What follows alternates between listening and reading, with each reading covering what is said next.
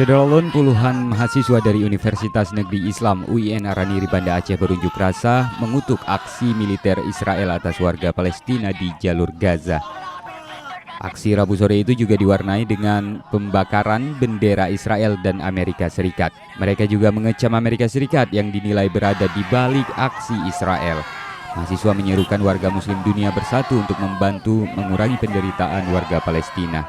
Sementara itu pemerintah Indonesia diminta segera mengambil sikap untuk menghentikan pembunuhan massal yang dilakukan di Gaza.